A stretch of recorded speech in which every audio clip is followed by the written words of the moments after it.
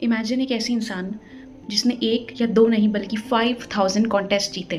Cars, trips, luxury items, bicycle, cash prices, यहाँ तक कि 4300 स्क्वायर फीट का घर जिसके लिए 1.5 मिलियन लोगों ने पार्टिसिपेट किया था।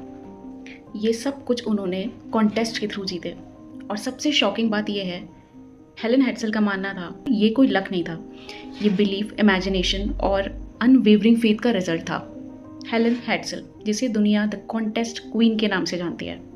हेलन की लाइफ तब चेंज हुई जब उन्होंने एक बुक पढ़ी जिसका नाम था the power of positive thinking. उस बुक का मेन लेसन था, आप जो भी चाहते हैं वो पा सकते हैं अगर आप उस चीज़ को पहले अपने अंदर महसूस करना सीख जाएं। ये बुक हेलन हेड्सल को इतना डीपली टच कर गई, बुक के ख़त्म करते ही उन्होंने अपने हस्बैंड से पूछा, अगर तुम्हें दुनिया में कुछ भी मिल सकता है तो तुम क्या चाहोगे। उस टाइम पे उनके हस्बैंड न्यूज़पेपर पढ़ रहे थे। उन्होंने न्यूज़पेपर की तरफ इशारा करते हुए कहा कि कोका कोला का कॉन्टेस्ट है और इसमें जीतने वाले को एक मोटर बोट मिलेगी। उसके लिए तुम्हें 25 वर्ड्स में ये डिस्क्राइब करना है कि तुम्हें कोका कोला क्यों पीनी चाहिए। अब आप अंदाज़ा लगा सकते होंगे कि हेलन ने क्या करा। हेलन ने अपनी चेयर पे बैठ के इमेजिन करा कि उनका हस्बैंड उस मोटर बोट में बैठ के इंजॉय कर रहा है। इस इमेजिनेशन में उन्होंने अपने इमोशंस, अपने सेंसेस को इन्वॉल्व किया और उसके बाद में उन्होंने 25 वर्ड्स जो भी पहले उनके दिमाग में आए उन्होंने वो लिख दिए और उसे पोस्ट कर दिया। वो अपने हस्बैंड से कहती है कि मैं बस वेट कर रही हूँ कि वो लोग हमें कब बताने वाले हैं कि हम जीत चुके हैं। और इसका रिजल्ट क्या था? सही पकड़े हैं, वो जीत गई कॉन्टेस्ट। इसके बाद उन्होंने अपने बेटे के लिए बाइसिकल जीती, डिज्नीलैंड की ट्रिप जीती, बहुत सारे आइटम जीते, कैश प्राइजेस जीते, कार्स जीती। हेलन कहती थी, anything that your mind can believe and conceive it can achieve. पर हेलन की सबसे ज़्यादा पावरफुल स्टोरी पेरिस वाली थी। उनका बर्थडे 1 जून को आता था। 1 जनवरी को उन्होंने डिसाइड किया कि इस बार मेरा 40th बर्थडे है और मैं उसको स्पेशल बनाना चाहती हूँ, तो मैं चाहती हूँ कि पेरिस में आईफिल टावर के पास में साइड वॉक कैफ़े में बैठ के अपने हस्बैंड के साथ में वाइन पीते हुए मनाऊँ। ये उनकी विश थी और उनकी बहुत स्ट्रॉन्ग डिज़ायर थी और उन्होंने डिसाइड कर लिया था कि मैं इस डिज़ायर को मैनिफेस्ट करके रहूँगी। इंटरेस्टिंग बात यह है कि हेलन को खुद को भी नहीं पता था कि ये सब मैनिफेस्ट होगा कैसे। ना उनके सामने कोई कॉन्टेस्ट था, ना कोई कैश प्राइजेस का कॉन्टेस्ट था, ना उन्होंने कभी पार्टिसिपेट किया था। उन्हें कोई भी आइडिया नहीं था कि ये सब होने कैसे वाला है। उन्होंने बस डिसाइड किया था कि मैं 1 जून को ये सब करने वाली हूँ, पर कैसे होगा शी हैड नो आइडिया। उनके पास सिर्फ 6 महीने थे और इन 6 महीनों में वो हर दिन विजुअलाइज करती, अपने आप को अपने हस्बैंड के साथ पेरिस में घूमते हुए देखती, साइड वॉक कैफ़े में बैठ के वाइन पीते हुए देखती। इन सारे एक्सपीरियंसेस को वो अपने अंदर ऑलरेडी जी चुकी थी। हेलन अपनी बुक में लिखती हैं, मैं खुद को पूरी तरह कन्विंस कर चुकी थी कि मैं पेरिस जा रही हूँ। एंड गेस व्हाट, उन्हीं दिनों एक कॉन्टेस्ट आया जिसका फर्स्ट प्राइज़ था पेरिस ट्रिप। उन्होंने पार्टिसिपेट किया और जब रिजल्ट्स अनाउंस हुए तो वो 3rd आई थी, पर पेरिस का ट्रिप फर्स्ट प्राइज़ पे था। 3rd प्राइज़ पे उन्हें कुछ और प्राइज़ मिला। ये सब होने के बाद अगर एक नॉर्मल इंसान होता तो वो शायद हार मान लेता कि मेरे पास कॉन्टेस्ट भी आया, पेरिस ट्रिप भी थी उसमें, पर मैं 3rd आ गई, मुझे तो कुछ और मिल गया, जो मुझे चाहिए था वो तो नहीं मिला, मतलब मेरे नसीब में नहीं था ये। क्योंकि उन्हें इतना स्ट्रॉन्ग बिलीव था अपने ऊपर, उन्होंने अपने आप को सिर्फ ये समझाया, ये सिर्फ एक डिले है, कोई फेलियर नहीं है और ये सिर्फ मुझे पेशेंस सिखा रहा है। वो विजुअलाइज करती रही, कॉन्टेस्ट में पार्टिसिपेट करती रही। उसी दौरान उनके बेटे ने एक कॉन्टेस्ट जीता जिसका प्राइज़ था न्यूयॉर्क की trip with first class tickets 2 लोगों के लिए। तब भी उन्होंने हार नहीं मानी। उन्होंने देखा कि मेरे घर से पेरिस के सफ़र में आधा डिस्टेंस तो कवर हो गया, मतलब यूनिवर्स मुझे अपने ड्रीम के पास लेके जाना चाहती है।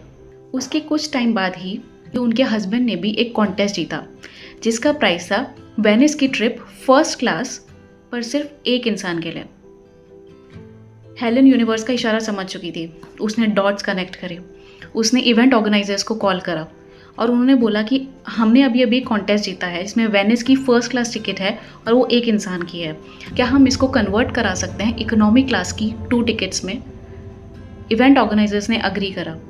उन्होंने फर्स्ट क्लास टिकट्स को इकोनॉमिक क्लास की टिकट्स में कन्वर्ट करा के एक्स्ट्रा कैश जितना भी था वो उन्हें दे दिया, जिसकी वजह से वो बहुत ईजीली पेरिस चले गए। आखिरकार हेलन अपने 40th बर्थडे पे अपने हस्बैंड के साथ में पेरिस में साइड वॉक कैफ़े में बैठ के वाइन पी रही थी, जैसा कि उन्होंने सोचा था। एग्जैक्टली सब वैसा ही हुआ। यहाँ पर सबसे बड़ा लेसन क्या है? हेलन हेड्सल हमें मैनिफेस्टेशन के बारे में बहुत स्ट्रॉन्ग चीज़ें सिखाती है। पहली चीज़, आपकी जो डिज़ायर या गोल है वो बहुत क्लियर और इंटेंशनल होना चाहिए। विशफुल थिंकिंग में और इंटेंशनल थिंकिंग में बहुत डिफरेंस होता है। यार ऐसा हो जाए तो मज़ा आ जाएगा, विशफुल थिंकिंग। काश यार मैं वहाँ चली जाऊँ, विशफुल थिंकिंग। पर इंटेंशनल थिंकिंग होती है this is what I want, और इसके लिए जो भी मुझे एक्शन लेना पड़े मैं लूँगी। तो इनर वर्क करना पड़े मैं इनर वर्क करूँगी, जो मुझे एफर्ट्स लेने पड़े मैं एफर्ट्स लूँगी, whatever it takes, this is what I want. और उसके लिए आप कमिटेड रह सकते हो, डेडिकेटेड रह सकते हो, वो इंटेंशनल थिंकिंग होती है।